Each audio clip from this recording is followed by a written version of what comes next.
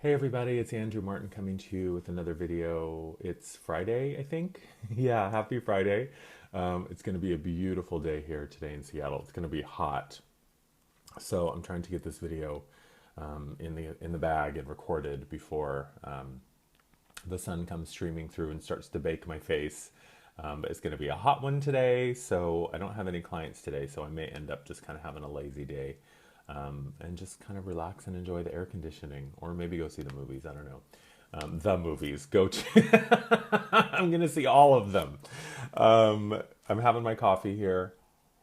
One of my favorite things in the world. And this morning I was thinking about, I sit and I start each morning. I sit on my couch, my sofa that's behind me, and I sit with my coffee and my thoughts and talk to myself and my guides and, just start pretty much every day, start with some time just connecting with myself and what's going on internally.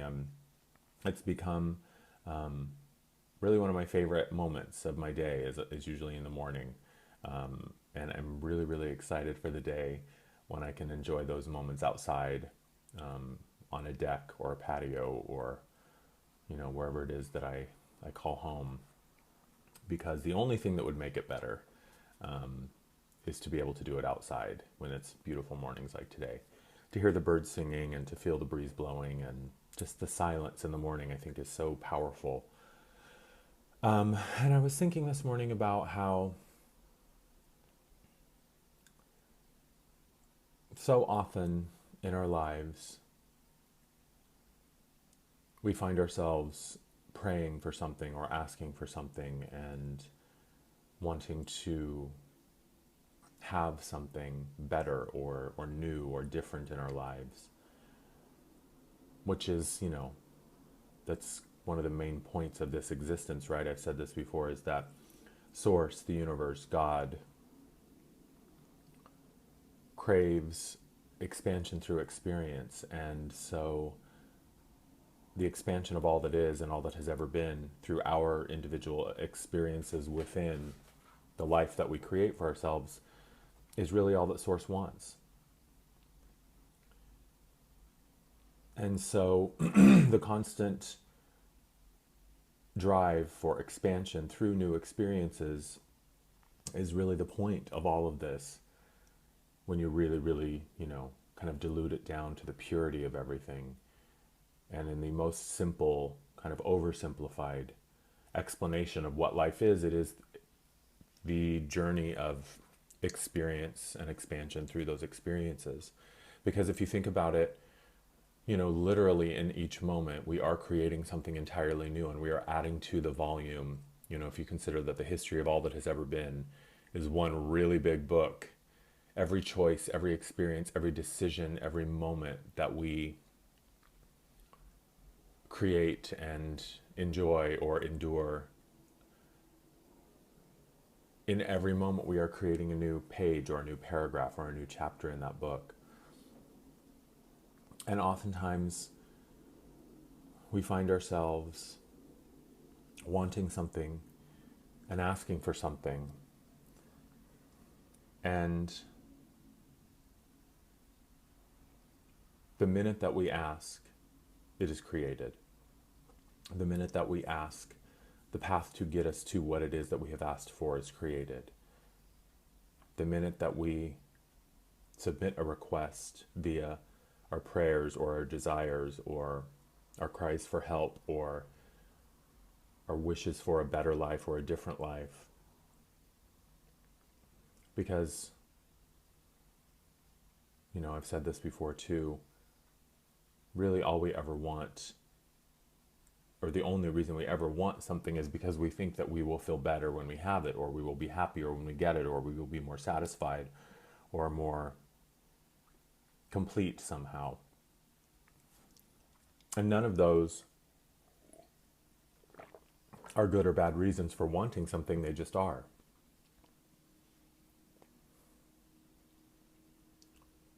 And so when we ask for something, I'll use money as an example, because money is something that we all have questions about or issues with or struggle with or wonder or worry about at some point in our lives.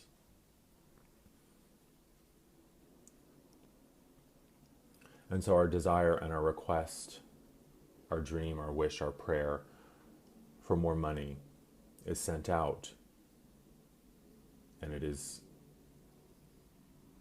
our experience is the catalyst for that desire. Something in our lives brings us to a place of saying, you know what, I really want more money, or I need more money, or wow, I really need some money, or help, where's my money? Oh my God, I really need money, please.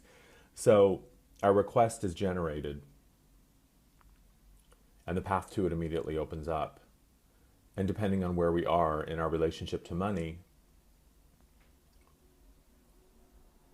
immediately what happens is the path opens up and presents itself. And oftentimes in that path, we are called to unravel or dismantle or sort of unknot perhaps these ideas and beliefs that we have about money. And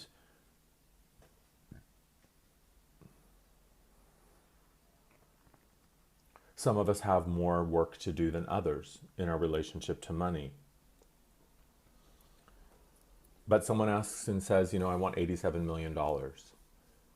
And immediately our higher self, source, whatever you want to call it, God, the universe, the angels, Jesus, Buddha, Muhammad, Allah, you know, whatever, whoever it is or whatever it is that you believe is your provider and your protector, immediately opens up the path to it. And from the perspective of all that is, from the bird's eye view, there's an inventory that occurs in the sense of like, okay, Andrew just asked for money. Now let's do a quick inventory. Okay, these are the things he believes about money. These are the things he expects regarding money. These are what he thinks having money means, or this is why he thinks he can't have it, or sort of what are his beliefs regarding money and his position with it and its role in his life. And immediately, based upon what I carry internally, my beliefs about money, my ideas and expectations about money, create the path, right? Because if on the one hand I say I want $87 million, but subconsciously or unconsciously there is this idea that money is bad, money is the root of all evil, money makes people crazy, money changes things, spiritual people can't have money, being spiritual and being rich are two things that cannot coincide, and that if I have money somehow I am no longer altruistic or no longer pure in my intentions and my beliefs, and somehow money will taint things, whatever. These beliefs, whether conscious or unconscious, contribute to my vibration around money. And then there's also things we take into consideration, like soul contracts and soul agreements. And all of these things contribute to the path that is created, because creation is a co-creative process. We are creating through our desires and through our vibration that we offer up relative to those desires. And then our non-physical help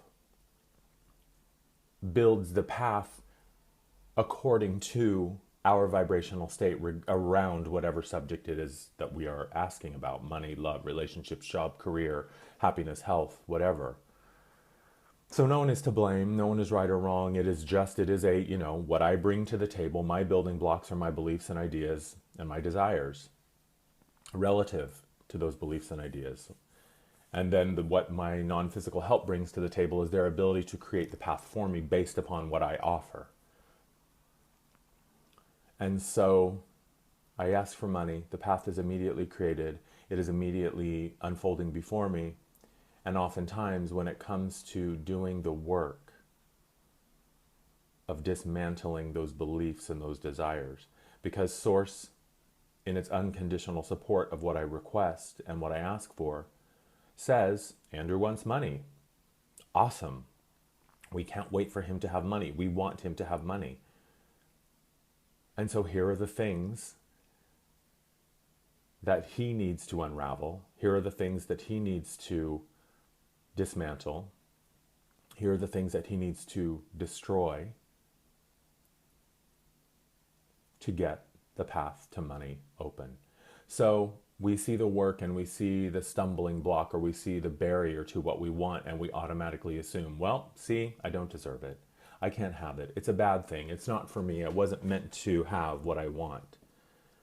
When in actuality, it's just Source responding to our call. And they can't. Source cannot buck our vibration, because we are that which we seek. We are the seeker. We are the sought. We are the one being sought. We are the one doing the seeking. We are the one observing the one being sought and the one who is seeking. It is all connected. We are source. Source is us. So what we want is what source wants.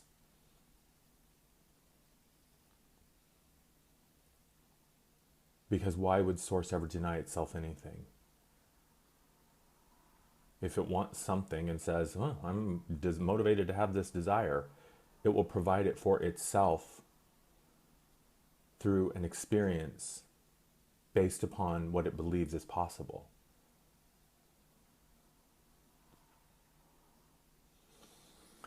And so we see these things in the road and we automatically assume that they are evidence that we can't have it or that it doesn't exist.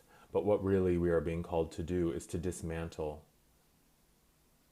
and to transform these blocks and these barriers through love. Love is all that is. Love is, in the end, all that is real. And the things that are created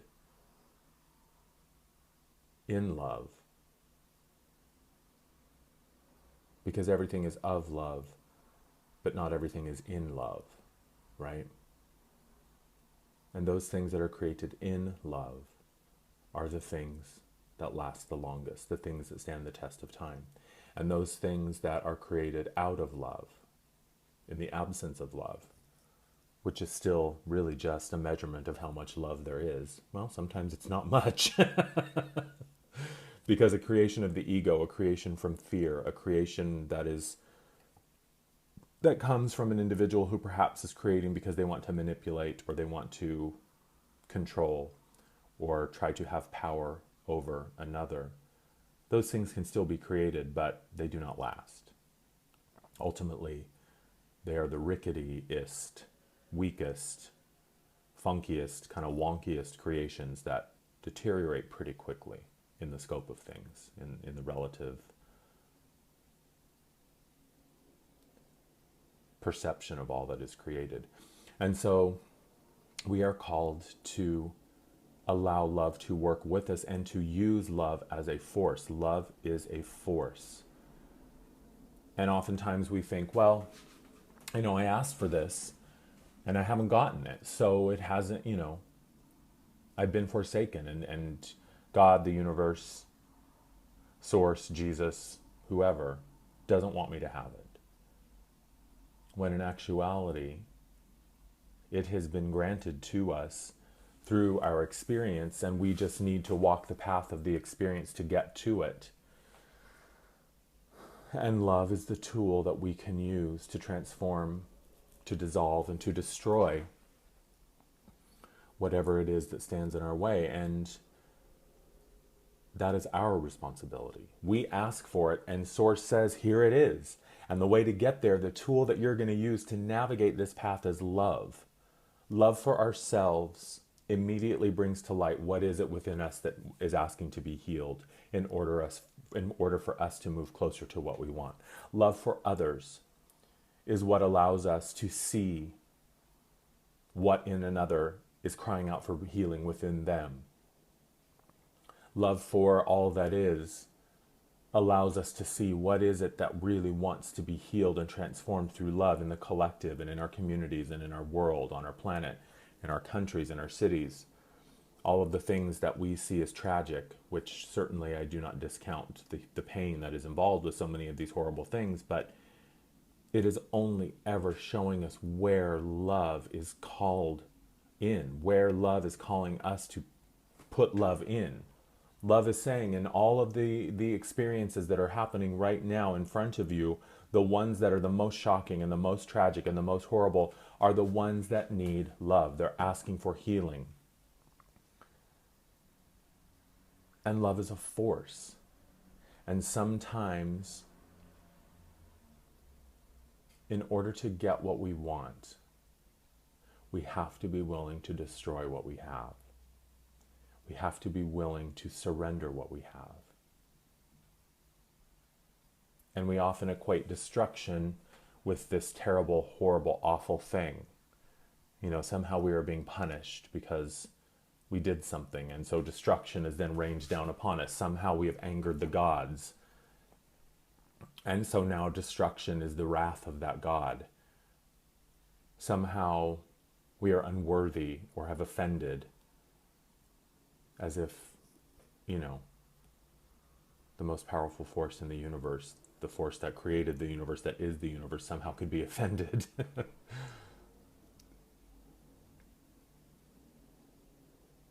And so we see destruction oftentimes as punishment, and yet, I've said this before, you cannot, if you want to make an omelet, you have to destroy some eggs. If you want to paint a painting, you have to destroy the pristine canvas. If you want to make a sculpture, you have to destroy the block of marble. Creation and destruction are two sides of the same coin. Transformation, which is really the only constant, things always transform, that is guaranteed, is destructive by nature.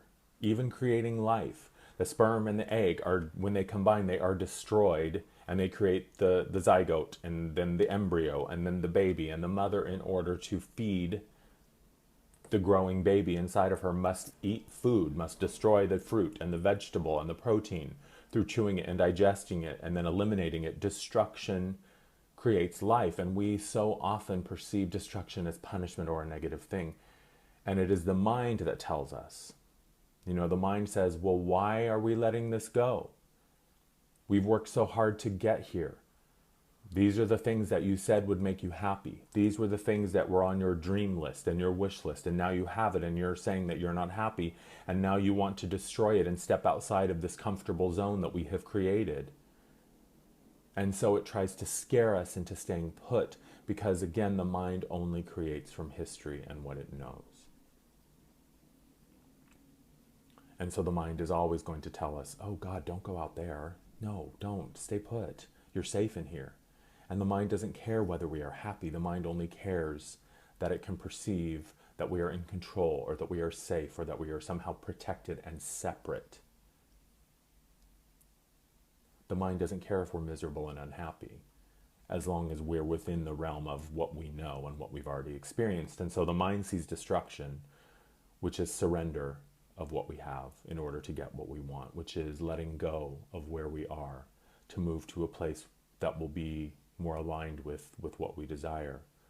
Letting go of relationships, letting go of jobs, letting go of habits, letting go of old stories. It doesn't matter if what we're letting go of is no longer good for us, or no longer healthy, or has become toxic. The mind only ever wants us to stay put.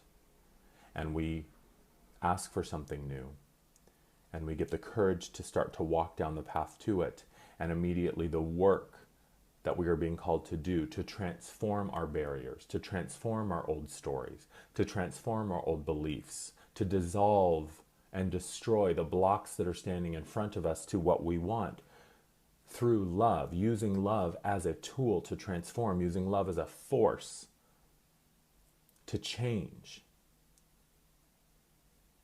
And we see something that is asking to be transformed, and we immediately assume, because the mind tells us, that nope, see, there's a problem, there's a setback, there's a barrier, see, told you can't have it, you don't deserve it, just stay put, go back to where you're comfortable, go back to where you know what's coming next, and just stay put.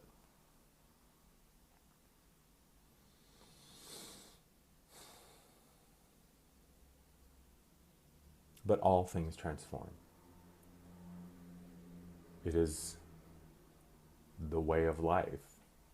The circle of life is transformation. One thing decays and dies or is destroyed so that another can live. And it's not good or bad. It's not about punishment and reward. It's just the way that it is.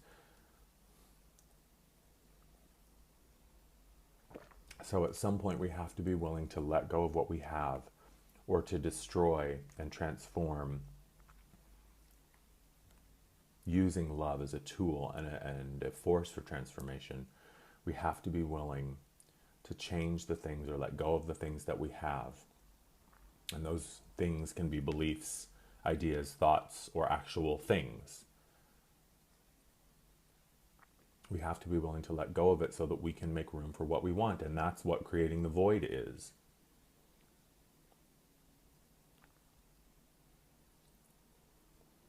It's like I have this image of, someone who's kind of a hoarder, and they're in their house and they really, really want a different way of life. And they really, really, really want to have a house that feels expansive and open, and they can actually function within it and have people over, and they can be healthy and thriving. And in order for them to do that, they have to be willing to dismantle all of the crap, all of the clutter, all of the junk in their life. And the physical stuff is a metaphor for what's going on energetically and mentally. And it is a terrifying, painful, scary process for the hoarder to take the stuff and cart it out to the curb, to let it be taken away and to rid themselves of it, so that they can create a space to have a healthier version of their life, a happier version of their life. But the mind will say, no, you need this stuff. This stuff is safe. This stuff is comfortable. This stuff is control. This stuff is protection. And so rather than face the scariness of the new life without all the stuff and the familiar things that, even though they have begun to stifle and actually kind of harm the person and prevent them from having the life that they want, the work that they are required to do to get to the life that they're asking for is to let go of the stuff and to clean the house and to ask for help from people, who can come in and help them clean it out. And so often they get afraid, and the fear of staying put becomes, the fear of going to someplace new becomes greater than the pain of staying put. And so they say, no, it's not for me. I don't deserve it. I can't be happy. And that's just not true. Why would Source ever want itself to be unhappy for the sake of just being unhappy? Source is not cruel. Source is not some angry person or man or being that we have somehow offended and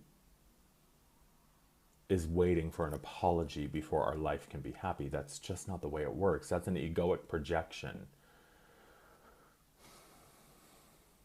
of human onto something that it doesn't quite comprehend. And so in order to comprehend it, it turns it into an adversary. It turns it into a punisher. Because again, that may not be healthy. That may not be a great construct or relationship to live within, but at least it's something that I can understand. At least it's something I'm comfortable in. And even though my role as the victim of the great force that I have offended is not a really fun role to play, at least I know what is required of me, and I'm comfortable in it, and I'm familiar in it.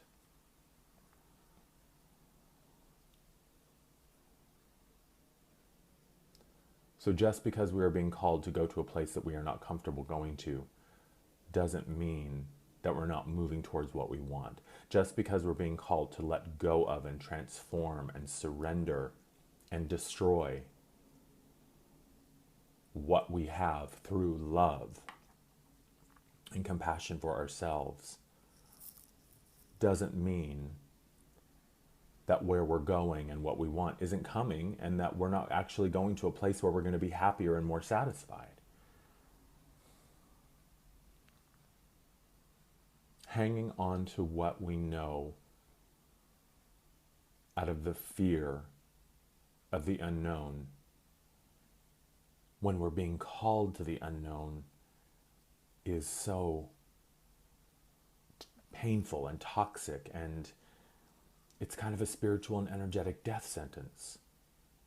Do you really want to continue to sign up for suffering?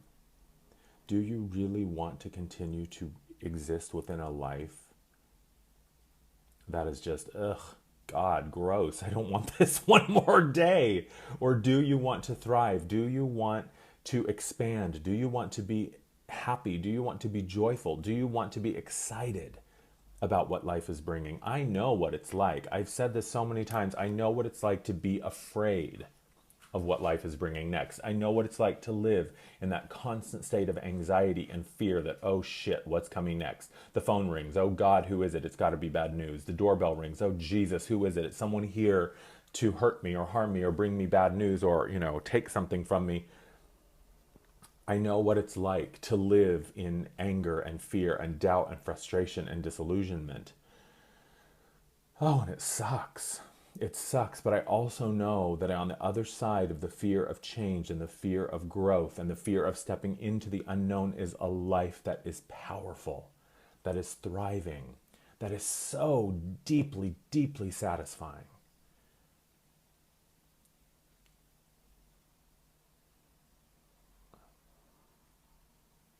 And using love as a tool to transform it is the key. Love for yourself first. I can't say this enough times. Your relationship with yourself has got to be the most important thing in your life. Because when you are happy and you are thriving and you are satisfied and you are rested and you are fed and watered and balanced, then you serve everything else in your life from a place of power and a place of wholeness. Every relationship, every client, every customer, every friend, every family member, every loved one, every child, every animal that is a part of your life is served by a happy version and a thriving version of you. And when you are depleted and scared and angry and frustrated and pissed and exhausted and unwell, you're not doing anybody any good, least of all you. So alignment with yourself is your intention. And sometimes that means aligning with the truth of who we are puts us in a place and sends us in a direction that a side effect of the alignment with who we are means that we must leave relationships or leave jobs or leave circumstances. It doesn't always mean that, but sometimes it means that. And oftentimes we think like, oh, well, I'm deserting them, or I'm abandoning them, or I am, I'm leaving them in a lurch.